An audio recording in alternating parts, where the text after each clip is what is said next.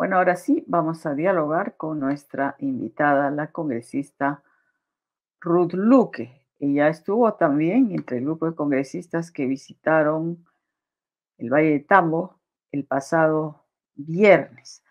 Buenas noches, congresista. Gracias por atendernos. Hola, Mabel, ¿qué tal? Muy buenas noches. Muchas gracias por la entrevista.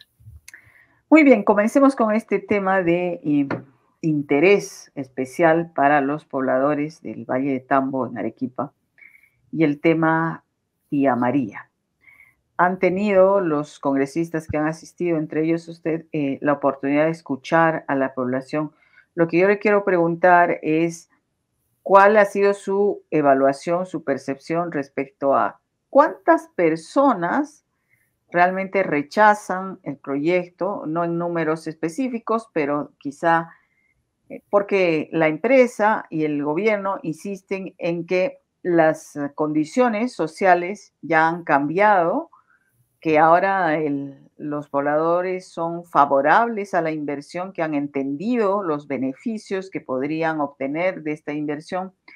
Y en un contexto, además de recesión económica, de desesperanza, el agro pasa por una crisis muy seria, hay escasez hídrica, el río Tambo está contaminado, que es el otro tema que han tratado, y bueno, pareciera que todo complota contra el agro. ¿Cuál es su percepción honestamente?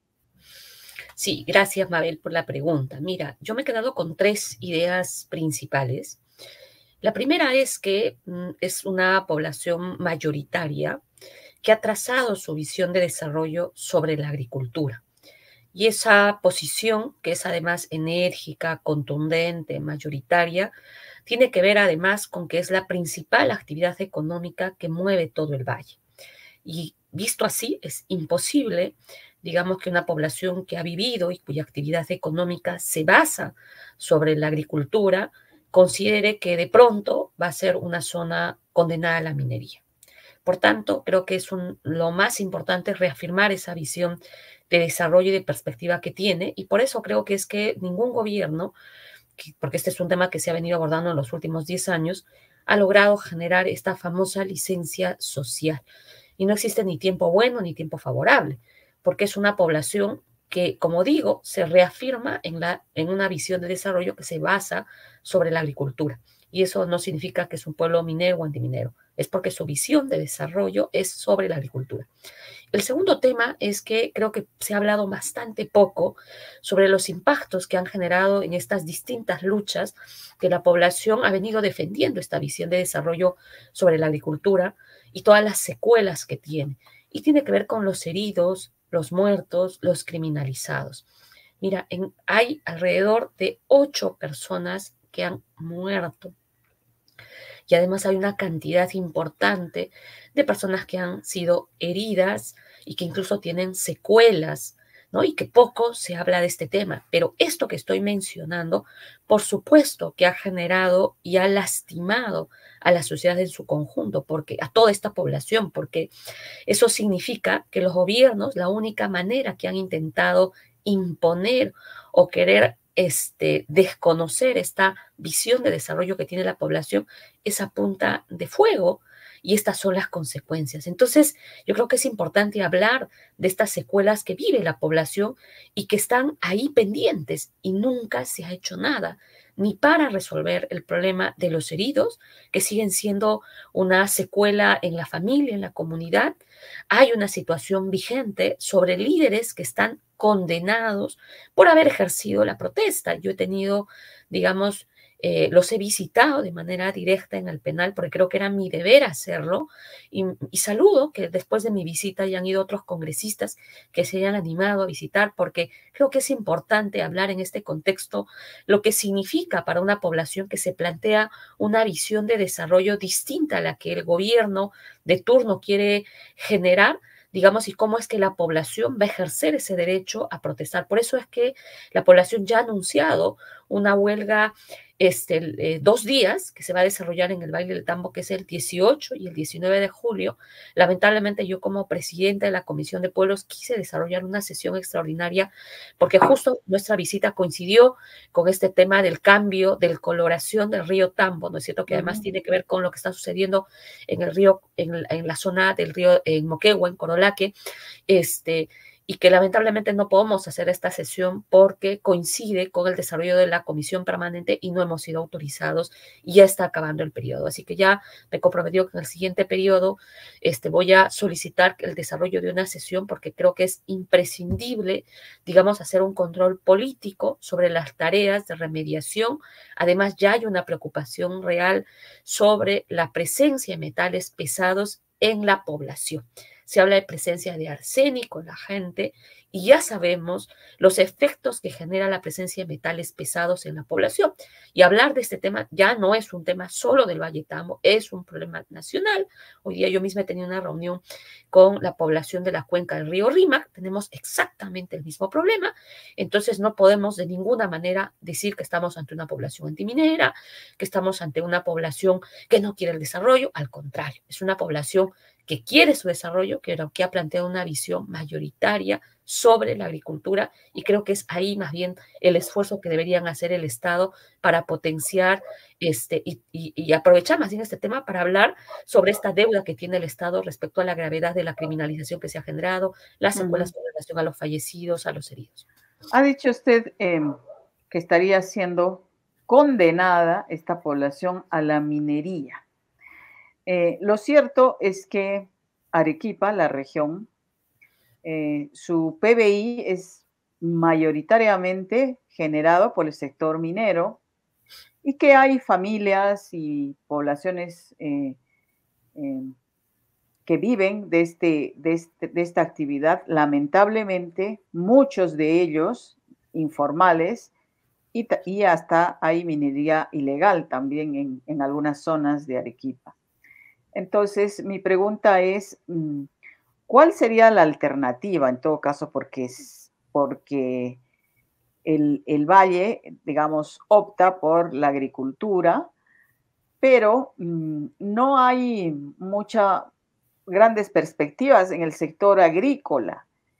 ¿Cómo responder al hecho y a la legítima aspiración de las poblaciones de mejorar su situación económica? Pareciera que el agro no nos lleva por ese camino. Entonces, ¿por qué decir condenar a la minería? Es cierto que la minería ilegal e informal, de la que hablamos poco también, malogra el medio ambiente y las grandes empresas mineras como Sauder Perú no tienen una actuación que podría llamarse ética y por eso han generado este rechazo tan grande también, ¿no? Pero de otro lado, hace falta pues reactivar la economía, ¿no? Y darles opciones, porque no las hay a los jóvenes, por ejemplo, que salen del Valle de Tambo, que se tienen que ir lejos. ¿Han dialogado sobre eso con la población? A ver, en el diálogo que yo he participado, digamos, como vuelvo a mencionar, ellos han planteado una posición tajante sobre este desarrollo que ellos tienen respecto a la agricultura. Tu pregunta más bien me lleva a mencionar algunos otros aspectos. Yo sí me reafirmo que estoy en contra del desarrollo de una minería ilegal y una minería pequeña o mediana o grande que contamine y no responda por esa contaminación. Yo soy una de las congresistas que públicamente, además, cuando se pretendió, cuando se derogó, de hecho, sin ningún dictamen, sin ningún análisis, favorecer y permitir estas autorizaciones y licencias a la minería ilegal, ¿no es cierto?, para el uso de explosivos y otras, yo fui la única congresista que públicamente, frente a una gran movilización de mineros pequeños e informales que vinieron al Congreso de la República, hice pública mi posición y que lo que se estaba generando más bien era la formalización de la ilegalidad. Pocos congresistas se atreven a decir esto porque además, digamos, entiendo que por estos cálculos electorales, ¿no es cierto?, no se quiere hablar también de estos temas, ¿no? Porque se cree que hay comunidades que viven, pero creo que lo que hay que decir y mencionar enfáticamente es que no podemos, así como condenamos la contaminación, ¿no es cierto? Y cuando una gran minería no responde y no cumple con sus responsabilidades y la remediación ambiental ante la población y no lo hace y lo emplazamos de manera directa, de la misma manera necesitamos que nuestros territorios, nuestros ríos no sean contaminados ni por la mediana ni por la pequeña. Y hay que señalar que además que en la pequeña minería existe este conjunto de ilegalidades que incluso quieren un propio marco con pues normas relativas y que los gobiernos regionales no han avanzado tampoco mucho ni en su formalización y que muchos quisieran que ni siquiera esta formalización avance. Lo segundo es que yo no creo que se trate, digamos, de decir o quieres minería o quieres agricultura. Porque en términos concretos, si bien es cierto de que la minería, digamos, nadie va a negar que la minería tiene un aporte económico, la realidad y los datos también lo señalan, es que la agricultura es la que mueve un mayor dinamismo y genera empleos de distinta dimensión. El tema es de cuál es ese sector que moviliza. Y el tema es que durante todos estos años lo que hemos visto es que los gobiernos han basado y nos han planteado que la única forma de generar desarrollo económico es solo basado sobre la minería. Y lo que la respuesta de la población ha sido en algunos territorios, no. Eso sucede concretamente en el Valle del Tambo. Entonces mi pregunta es, ¿por qué, digamos, forzar una decisión respecto al tema minero en un territorio en el cual la población, digamos, ha venido desarrollando todo este tiempo basado sobre el tema de la agricultura, donde además la empresa, digamos, la empresa Sauder, que durante muchos años además ha tenido responsabilidades ambientales, no ha respondido y tampoco ha generado, digamos, ningún cambio para ofrecerle a la población, especialmente esta zona, que puede ser distinto. Entonces, eso no se ha generado. Entonces, yo creo que más bien hay sí territorios en nuestro país donde claramente su desarrollo pueden estar y deben estar basados por la agricultura y eso también genera dinamismo, genera empleo y probablemente genere mucho más de lo que la actividad de gran minería genera, porque lo va a generar a un sector, pero no lo genera como de esa manera se hace a la agricultura. Y hay que señalar que en el caso del Valle de Tambo, además, todo lo que dinamizan y todo lo que producen no solamente sostiene, digamos, a un pequeño sector, sostiene al sur, o sea, nos abastece en términos de alimentos, porque abastece distintos productos que tiene que ver con hortalizas, que tiene que ver con el arroz, con fruta, en general que es sumamente variada y que además creo que ahí hace falta, digamos, más bien una intervención estatal que dinamice y, digamos, y que genere lo que ellos mismos dicen, ¿no es cierto? Sistemas de riego, incluso exportación en general. O sea, creo que eso es importante y creo que este es un debate necesario en nuestro país porque además estamos viviendo un contexto de grave crisis climática. O sea, no hemos entrado ni siquiera a un debate del ordenamiento territorial que este gobierno de Dina Boluarte terminó achicándose frente al Congreso, porque fue el Congreso el que le dijo, no, no quiero ninguna ley de ordenamiento territorial. La comisión que yo presido dictaminó una ley de ordenamiento territorial donde hemos planteado ahí de que es importante incluso para definir de manera clara incluso qué espacio necesitamos asegurar para el futuro, hacer un debate sobre qué lugar ocupan las cabeceras de cuenca, cuál es el espacio que tienen los ríos. O sea, tenemos ríos en el país contaminados. O sea, si uno revisa los niveles de pasivos ambientales que tiene el país, o sea, el país ha perdido más de lo que ha dado para la extracción. O sea, ni siquiera todo el dinero que se ha recaudado sirve para recuperar la cantidad, digamos, de ríos, de espacios y de efectos que hasta el momento no se pueden abordar y que están generando grave daño a la salud. Entonces, creo que necesitamos asumir que hay territorios en los cuales necesitamos, digamos, generarle, digamos, desarrollo sobre la base de la actividad. Y en el caso del Valle del Tambo, tiene que ver con, desde mi punto de vista, con la agricultura. Y hay que mirar la agricultura, digamos, también con una agricultura que dinamiza la economía, que sostiene a familias y que dinamiza el sur, que ha generado, que dinamiza. O sea, eso es lo que yo he visto y eso es lo que creo que la población también percibe en esta Bueno, zona. esa población no está siendo desoída, ignorada hace años ya, esa es la realidad. Y lo mismo ha ocurrido en este gobierno y en otros, pero particularmente o específicamente si nos referimos a lo que han pasado en las protestas contra el gobierno de Dina Boluarte el año pasado y hoy estamos en vísperas de anunciadas protestas este viernes, luego las marchas a Lima, en un contexto en el que Ya hemos hablado bastante sobre esto, o se ha dicho en todos los medios, ¿no? La bajísima popularidad, por lo tanto, falta de legitimidad tanto del Ejecutivo como del Legislativo, que está a punto de iniciar una nueva legislatura en un contexto también electoral, preelectoral, porque ya están todos los acomodos y los plazos. En fin, ¿cómo ve esta situación este 28 de julio? ¿Hay alguna expectativa por el mensaje, por el nuevo presidente del Congreso y en medio de eso las protestas y la posibilidad que sean nuevamente reprimidas? ¿Cómo ve el panorama? No tengo confianza en que las cosas se reviertan dentro del Congreso. Me parece que es una mayoría que se siente cómoda cogobernando con Dina Boluarte, eh, digamos, con sectores muy marcados en no hacer ningún control político. Lo hemos visto con el ministro de Educación.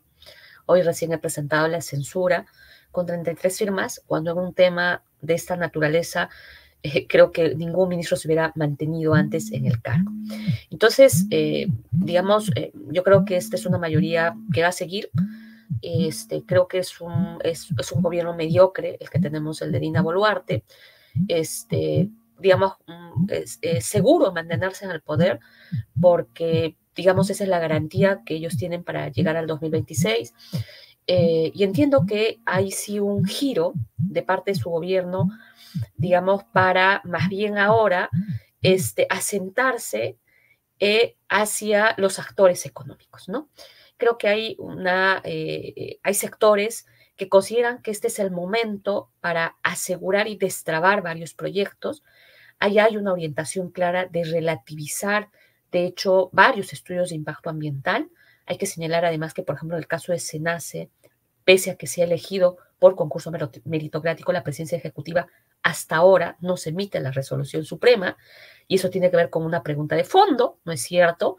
El SENACE, que es la entidad que evalúa los estudios de impacto ambiental detallados en los proyectos de inversión, está, digamos, en manos de un interino que sigue nombrando y que ya muchísimos quisieran que el SENACE incluso desapareciera, porque además tiene que ver con este conjunto de medidas donde han querido reducir los plazos para la observación. A mucha gente eso le dice burocracia, ¿no es cierto? Y que prácticamente hay algunos que quisieran que el Estado pues sea una mesa de partes y donde se den solo proyectos, proyectos, proyectos y no importan los impactos que den. Entonces, creo que hay que mirar que este gobierno además ahora quiere darle el mensaje, entiendo yo, a estos actores económicos, ¿no es cierto?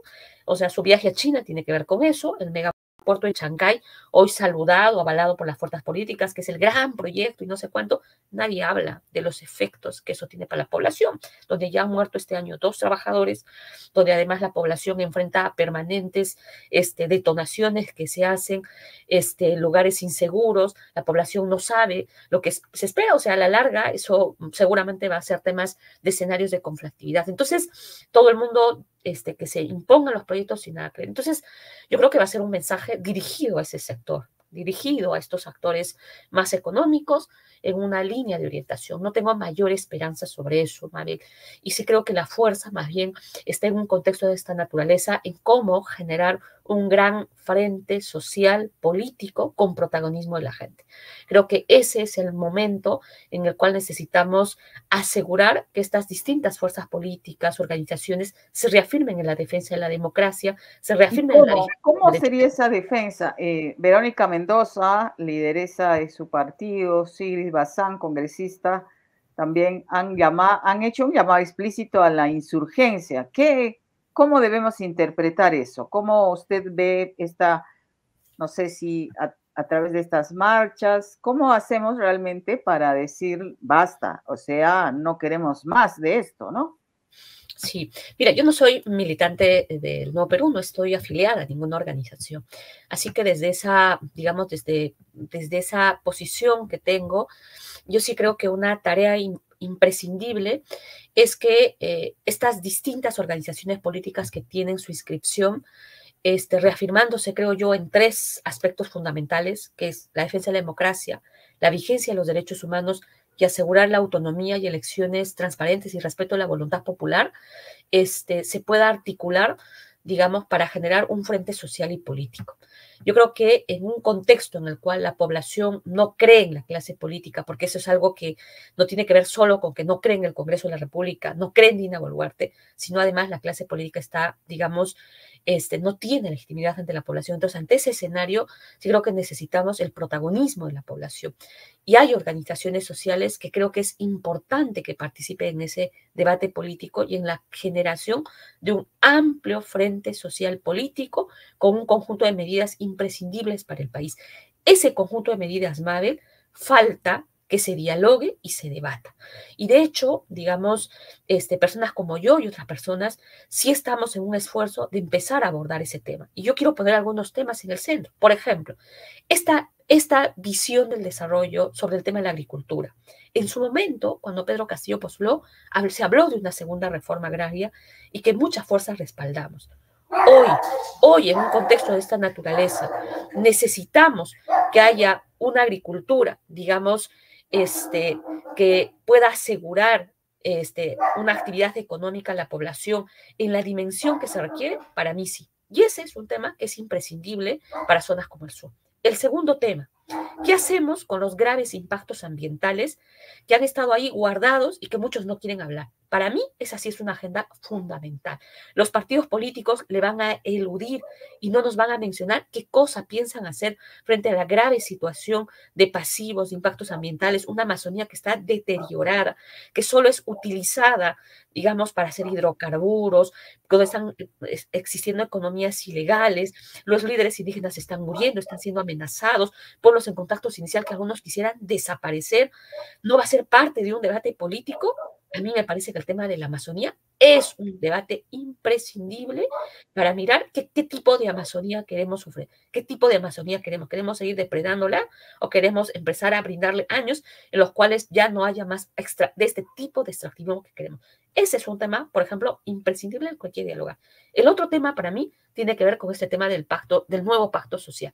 Hemos visto cómo se ha generado una nueva constitución política a la medida de estos intereses. Nueva bicameralidad que la población recién está tomando conciencia que va a tener que votar, ¿no es cierto?, senadores y diputados. O sea, esa es la pura verdad. O sea, no es que se han enterado porque se le ha arrancado a la población la posibilidad de opinar y definir. Entonces, ¿qué vamos a hacer? ¿Se va a ir a unas elecciones, de pronto se va a elegir y todo puede seguir como si nada? Me parece que ese es un tema fundamental. O sea, ¿cuál es el nuevo tipo de pacto social que le vamos a ofrecer? ¿Queremos una bicameralidad de esta naturaleza o queremos hacer un gran debate? Entonces, creo que ese es un escenario irremediable que se tiene que debatir y que quien quiera o vaya a asumir su cargo, pues, de candidato o, no sé, candidata, en general, en cualquier escenario, entonces no puede terminar asumiendo una bicameralidad, siendo elegido senador, diputado, y que las cosas continúen como tal. O sea, necesitamos abrir un diálogo para que esto sea validado, sea debatido con la población. Entonces, yo creo que son temas, Mabel, que para mí, por eso sí es imprescindible, digamos, que haya un frente social, pero con contenido y de cara a la ciudadanía. O sea, por lo menos eso es lo que yo creo, digamos, como actualmente como congresista. Muy bien. Le agradezco mucho, Ruth, por haber estado esta noche con nosotros. Hasta una próxima oportunidad. Gracias, buenas noches.